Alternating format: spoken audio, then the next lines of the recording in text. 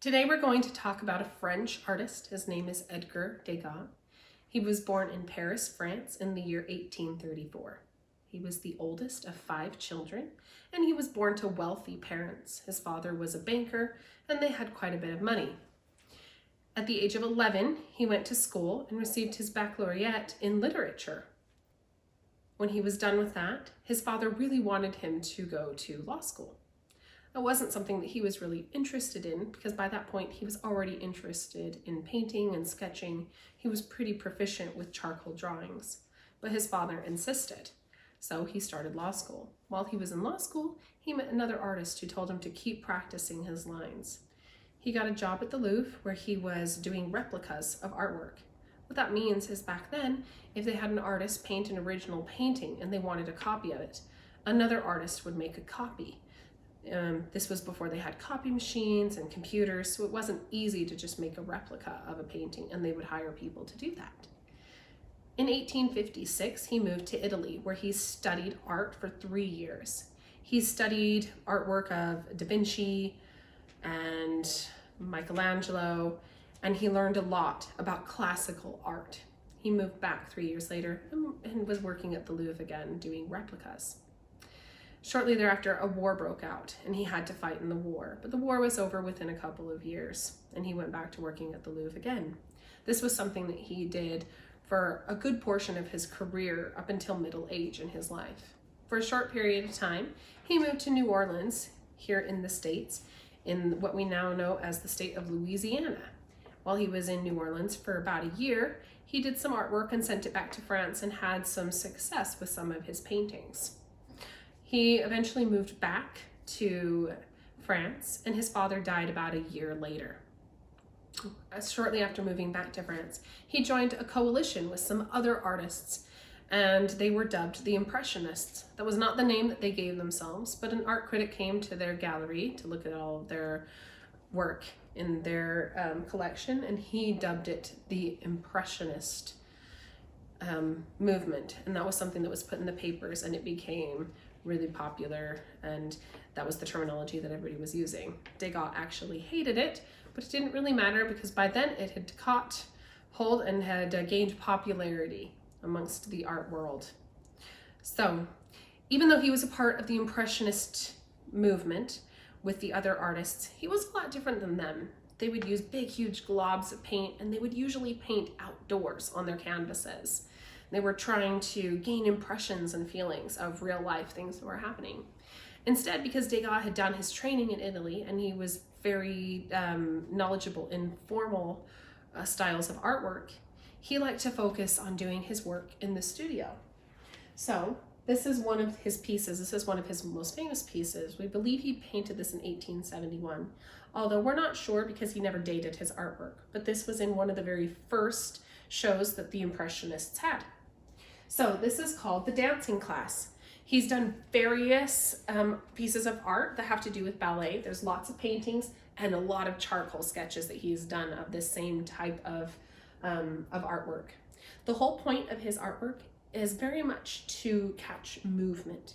He would have ballerinas come in and pose for him, and then he would do sculptures. He was actually a very, very talented sculpture artist. He could do them out of bronze and clay. And so sometimes he would do like little sculptures of the ballerinas and the movements, and then he would use these movements in his paintings.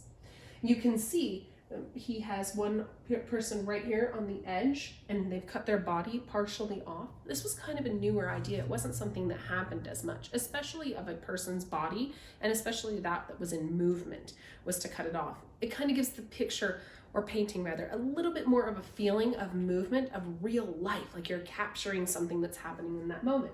So right here we can see the focal point of this picture is the instructor, and then his pupil right here that is moving. So there's lots of ballerinas in the room, and they're all doing various things, and we can kind of see the movement throughout the room. So let's talk a little bit about it. So this one's probably doing a little bit of a dance move, and he's kind of analyzing her dance move and critiquing her possibly. Or maybe she's caught his eye because he really likes the way that she's moving. We're not really sure, but that's kind of the fun of the painting, is we get to kind of create a story in our mind, right? We have this ballerina right here, and you can see hiding behind her is Does he belong in the dance studio? I don't know. Is the instructor going to notice? Will he think it's funny? Will it make him upset? We don't really know, right? Right here we have a ballerina. And it kind of, to me, looks like the way that she's sitting. This is a piano right here. The way that she's sitting on this piano and the way that her neck is stretched out, it almost feels like she's pushing herself off of the piano, like she's about to leap down. So you can kind of almost see the movement in her, right? Or this woman right here who's just kind of lightly scratching her face, right? Everything in this room is to suggest movement. Nobody would hold that kind of position long term. These girls are getting ready for class. They're moving around, they're dancers, and this whole scene is supposed to help us feel as if we are there watching it in the movement and the movement of the ballerinas. And that isn't something that we would have been able to see as much in art previous to this. So Degas, he was able to achieve some relative success. He did pretty well for himself, but interestingly enough, most accounts say that by the end of his life, he wasn't actually interested in artwork anymore. He was like legally blind in one eye, and he had some trouble with the vision in his other eye. He actually learned that when he was much younger, when he went to war, and it caused some problems for him when he was in the war. And so he worried about his eyesight his whole life. But by the time he got older, apparently he'd had enough success and he'd made enough money, and he just wasn't really interested in art. And he just kind of, people actually said he would pace around his apartment, which is kind of interesting.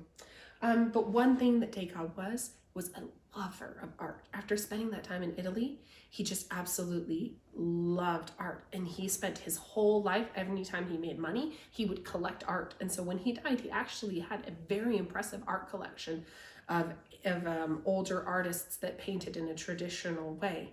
And so even though he kind of learned a new style of painting, he had a huge appreciation of the old style of painting. And funny enough, he never actually took any pupils of his own to teach, but many people loved his work, and he inspired many artists after him to create similar artworks. I hope you guys really enjoyed our presentation today, and I hope that you learned a little bit about Edgar Degas. Thanks for joining me.